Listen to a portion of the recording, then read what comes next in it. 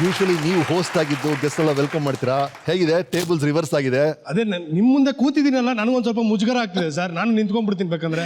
Please you such a big achiever. Welcome to the show. Thank you sir. Srujan Lokesh.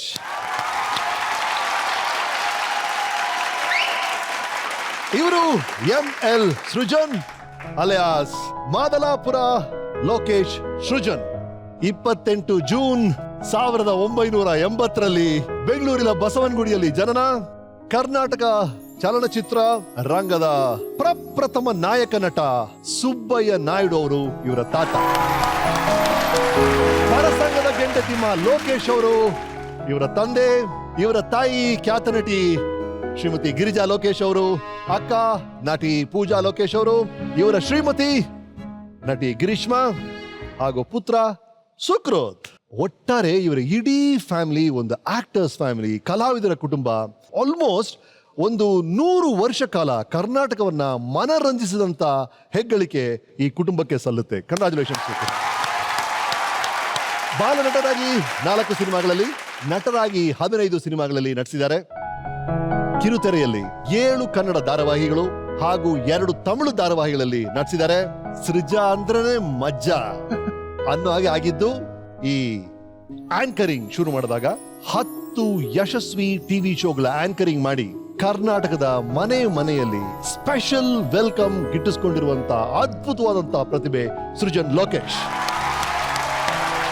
ಇವರ ಆಂಕರಿಂಗ್ಗೆ 2012 ಮತ್ತು 2013 ಮಾಧ್ಯಮ award ಬಂದಿದೆ.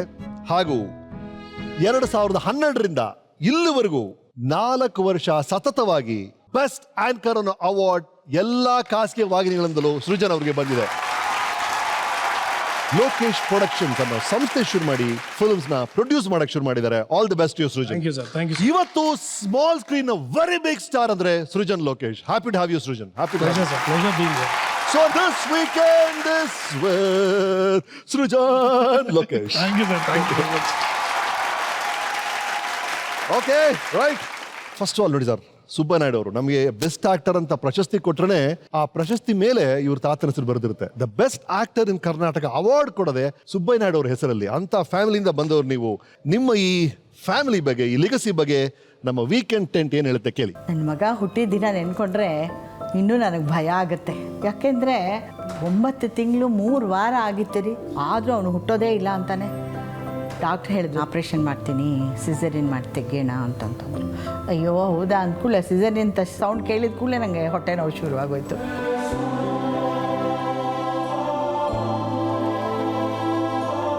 ನನ್ನ ಮಗ ಹುಟ್ಟಿದ.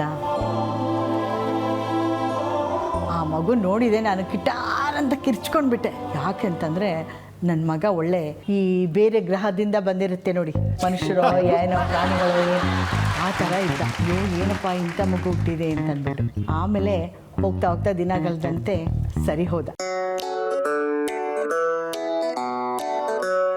ನನ್ನ ಮಗ ಸುರಸುಂದರ ಆಗ 1 ವರ್ಷದಲ್ಲಿ ನಮ್ಮ ಅತ್ತೆ ಕೂದಲು ತೆಗಿಸ್ಬೇಕು ಅಂತ ಅವನಿಗೆ ಕೃಷ್ಣನ ಕೊಂಡೆ ಹಾಕಿದ್ರು.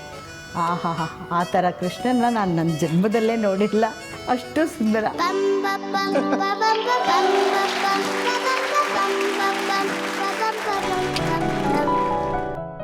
ಸಾಧ್ಯನೇ ಇಲ್ಲಪ್ಪ.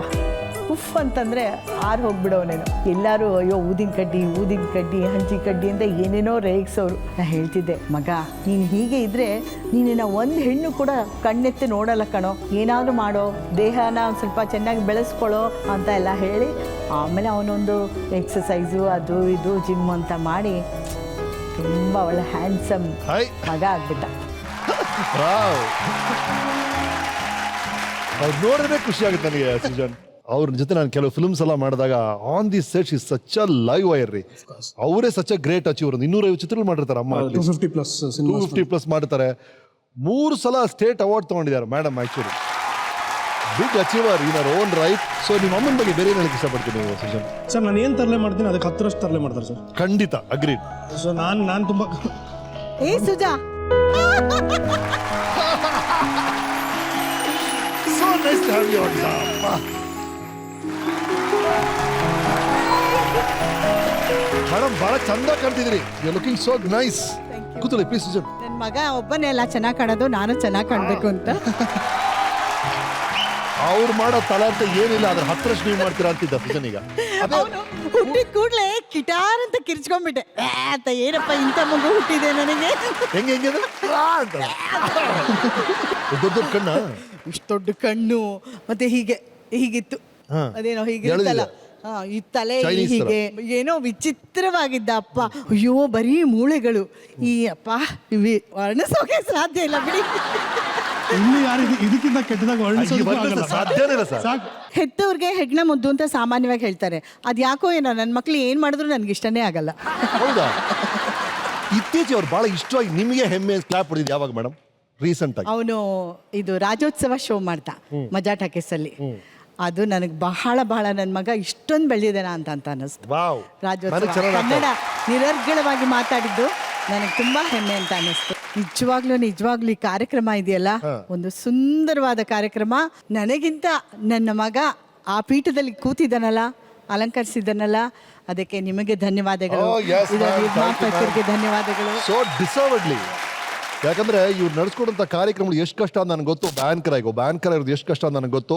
ಅದನ್ನ ಅಷ್ಟು ಅದ್ಭುತವಾಗಿ ನಡೆಸ್ಕೊಡ್ತಾರೆ ಒಂದು ಕಾರ್ಯಕ್ರಮವನ್ನು. ಸತತವಾಗಿ ಎಷ್ಟು ವರ್ಷಗಳಿಂದ ಕೆಲಸವನ್ನು ಮಾಡ್ತಾರೆ ಅವರು. Hats off you. ಅಮ್ಮ ಬಹಳ ಖುಷಿ ಪಡ್ತೀಯ ನೀವು ಸೇರಿ ಕೂತಿಯಾರ ಪರ್ಮಿಷನ್ ಸರ್. ಆಕ್ಚುಲಿ ನನಗೊಂದು ಆಸೆ. ಎಸ್ ಎಸ್ ಪರ್ಮಿಷನ್, ಅಮ್ಮ ಈ ಸೀಟಲ್ಲಿ ಕೂತ್ಕೊಂಡ್ರೆ ಎಸ್.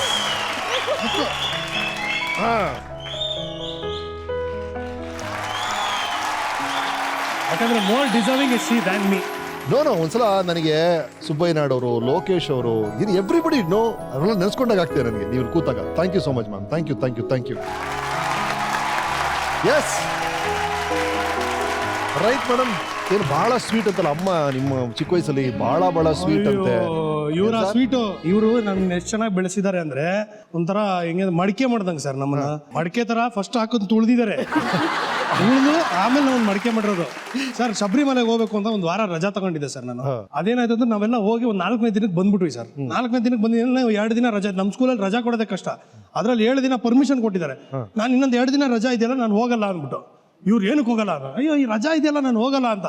ಹೋಗಲ್ವಾ ಅಂದ್ಬಿಟ್ಟು ಸುಮ್ಮನೆ ಹಂಗೆ ಕೆಳಗೆ ಹಾಕಿ ಒಂದ್ಸಲಿ ತುಳಿದ್ರು ಸರ್. 1.5 ತಿಂಗಳು ರಜಾ ಇದೆ ಸರ್. ದೂರ ಯಾಕೆ ರಿಸ್ಕ್ ಬಿಡ. ಸೊ ಅದಕ್ಕೆ 1.5 ತಿಂಗಳು ರಜಾ ಹಾಕಿದ್ದಕ್ಕೆ ಕೈ ಫ್ರಾಕ್ಚರ್ ಆಗೋಗಿತ್ತು ಸರ್. ಮೇಡಮ್ ಕೈ ಫ್ರಾಕ್ಚರ್ ಆಗೋ ಥರ ತುಳಿತೀರಾ ಮೇಡಮ್ ನೀವು? ದೊಡ್ಡವನಾದ್ಮೇಲೂ ಕೊಟ್ಟಿದ್ದೀನಿ ನಾನು ಅವ್ನಿಗೆ. ನಮ್ಮಪ್ಪ ಒಂದಿನ ನಮ್ಗೆ ಕೊಡ್ತಿದ್ದಿಲ್ಲ. ಅಯ್ಯೋ ಸ್ವೀಟ್ ಮ್ಯಾನ್ ಬಿಡಿ. ಅವ್ರು ಗದ್ರದಿರ್ಲಿ, ಇವ್ರ ಗರ್ಜನೆ ನಾವು ತಡ್ಕೋಬೇಕು.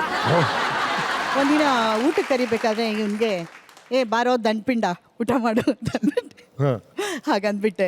ಅದಕ್ಕೆ ಲೋಕೇಶ್ ಅವರು ನನ್ನ ಹತ್ರ ಮಾತೇ ಬಿಟ್ಬಿಟ್ರು, ಹಾಗೆಲ್ಲ ಮಾತಾಡಬಾರ್ದು.